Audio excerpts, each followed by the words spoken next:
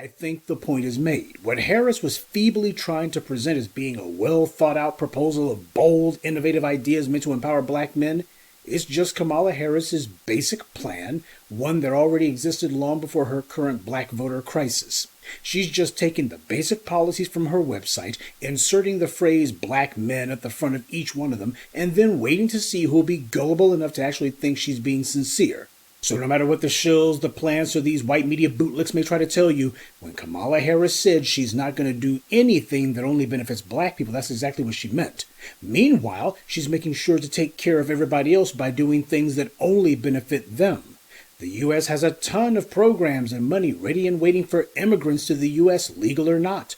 Things that black Americans have never had access to.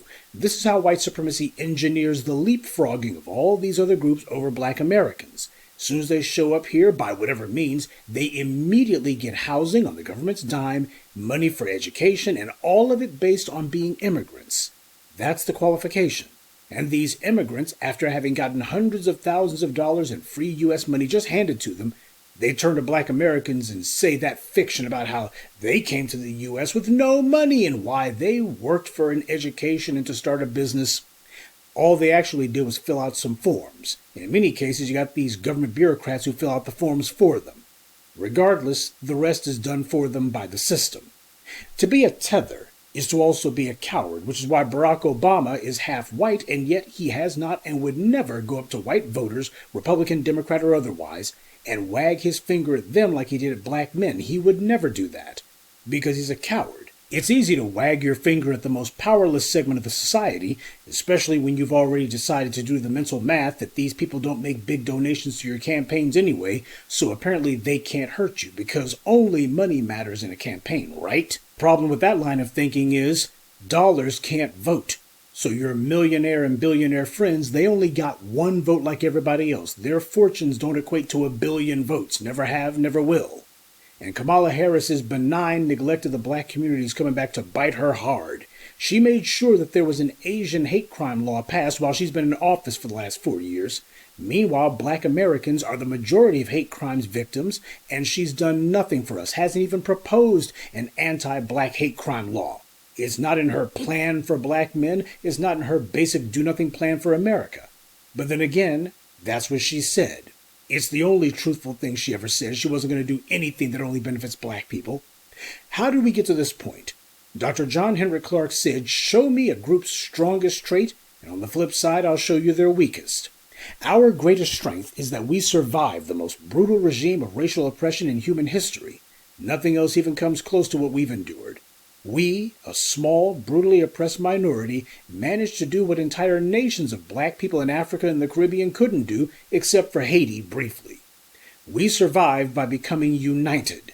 We pioneered a definition of black, one that crossed all pre-existing lines. It didn't matter where your folks came from, it didn't matter what you believed.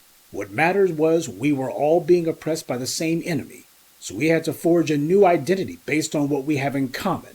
And that was so powerful. That is the crucial element that's been missing outside the U.S., be it in the Caribbean or be it in Africa.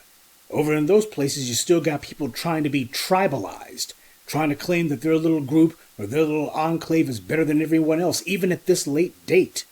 We, on the other hand, welcome and supported all black people, whether they were from here or from abroad. As long as you're black, that's what matters, because that's the tie that binds. That's what made our rise possible. However, there was a huge downside to the all-encompassing definition. They didn't get the memo. Somehow people, when we started saying, hey, she's not black, people said, in terms of black American, not in terms of just black. I'm not talking about that. We're talking about ADOS. When we started saying that, and the way people usually understand black American as coming from chattel slavery in America. When we started having that conversation, people said, oh my God, you're just talking about her. You saying she's not black. No, we're telling her she has to run on policies. You can be, listen, I don't know who doesn't understand this, but we have had, except for one, we have had all white presidents. We will vote for somebody who is not the same as us. We will do that, and we have done that. What we were saying to her was, listen, we have learned from Obama. We're not going to do What we did with Obama. Some people are going around and saying, well, you all did this with Obama. Why aren't you doing it with Kamala? This must be sexism. This must be misogynoir. No, we learned a lesson. A lesson that I have been trying to teach for a very long time, that we have to follow an agenda. We don't have to follow a person. We don't have to follow an identity. We're following an agenda. That's what we were saying. And listen, there were clues.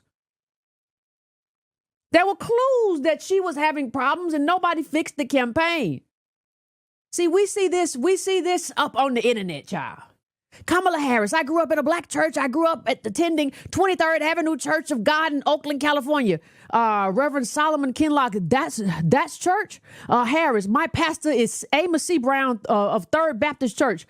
Charlemagne, God is good. Harris all the time. Listen, let me tell you something. Let me tell y'all why y'all are having problems, Miss Harris. You're having problems because we lived through Obama. Obama's pastor was Jeremiah Wright.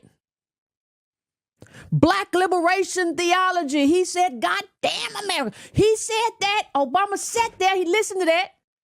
If you were to judge that man by his pastor, you would have thought Obama was about everything we was about. I'm not judging you by your pastor. Stop trying to get this woman to prove that she's black or she's ADOS or whatever, or that she's tied into the culture. We're not buying that anymore. You can be tied into the culture and do like Obama do and release a bunch of rap songs, hip hop songs, everything, and then still hate us. Or still be indifferent toward us, or still feel post-racial, or still feel like you don't owe us nothing, or still feel like one wave lifts all ships or whatever. We have made a decision because of him, because he used that play. And some of us were teaching, hey, that's a con, that's a play. Some of us were saying that way back then in 2009, 2010. This group has learned we're not falling for that anymore. I don't even know why anybody has Kamala talking about her church.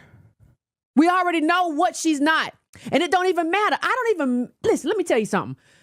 You could be an ADOS candidate at this point. You could be an ADOS candidate at this point. I want to see your agenda. Yes, you can say I come from y'all and we come from the same place, and we'll appreciate that. But that still should not override your agenda. I want to hear about what she wants to do. There have always been clues that this was going to go this way. So those of you all who are doing all the work in the world online and telling us, oh my God, I can't believe you all doing, we gave you clues. You got to be smart enough to come in out the rain. We gave you all the clues in the world that this was not going to work this time around. I just gave it that report. Yeah, tweak that prompt. All you got to do is go in there and tweak the prompt. You'll get a bunch of other stuff. Then you can go in there and say, hey, you know, I want to focus on wealth. You'll get some other stuff. What I'm telling you, fam, before we go on too far, what I'm telling you though, is the Chat GPT had a better black agenda than Kamala Harris. How how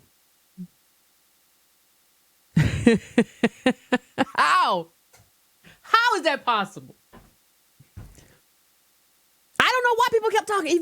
Yvette, she just got in the race. I don't know what you expect. She could have went in there, but you know why they won't do it. You know why they won't do it. When we talk about reparations, because it's going to make white folk mad, and it's going to make some racist Hispanics mad. It's going to make a lot of people mad. And because y'all just robbed the grocery stores and the CVS's, and I don't know why y'all think y'all deserve anything. And it's going to make all of them mad. They go around calling us monkeys and stuff all the way around the interwebs. Listen, we're not going to be able to win the white vote if we do that. Not my problem. Not my problem. Well, we got to try to win working class white folk. You mean racist folks who don't believe in justice? It's not my problem if you can't win them. I'm telling you what we need. Even ChatGPT said, regardless of the other stuff it said that I may not agree with, the first thing was reparations. Reparations is not based on race. It's based on status. A black person who comes here from Nigeria or Jamaica or Brazil, they're not owed a penny from America. They chose to come here. We are talking about the people who are freedmen, the descendants of people emancipated by this country. We still know those people because you are one of those people. I am one of those people. A lot of those people here in the audience, I just told you I could break down my genealogy. My dear Nana was 101 when she died. My great-grandfather just died 3 weeks ago. He was 100. He remembers fighting alongside white veterans in World War II. He remembers coming back and seeing his white veterans get homes and lands and pensions and the door being slammed in his face. And we are going to say that America that says liberty and justice for all, that's okay, get over it, keep it moving, while we have to hear never forget for everyone else's tragedy. And as far as from where reparations will come, I need people to stop thinking is going to come from their tax dollars. Look at all the trillions that America spends right now. We talk about inflation, the invisible tax. We have something called the PPP loans. Do we remember the PPP loans? America spent $6 trillion on PPP loans. You know what they just did? They canceled all of it. And we didn't even know. America gave the corporations, the banks alone, $29 trillion. You know what they did with that? They canceled all of it. So let's stop acting as if America is as hamstrung by debt as they want to pretend. Because when America wants to pay for something, they find a way to do it. And truth be told, the corporations, again, aren't hurting. The defense manufacturers aren't hurting. It's only Americans who are hurting. And that is a choice. We all know it's a choice. That's why we're running for office, because we know this country can do better. So I refuse to accept that this country can't do right by a people they've wronged for centuries, and I refuse to accept that any justice-minded person thinks that's the right thing to do. But I'll say that that's the best explanation that I've heard of that, so thank you.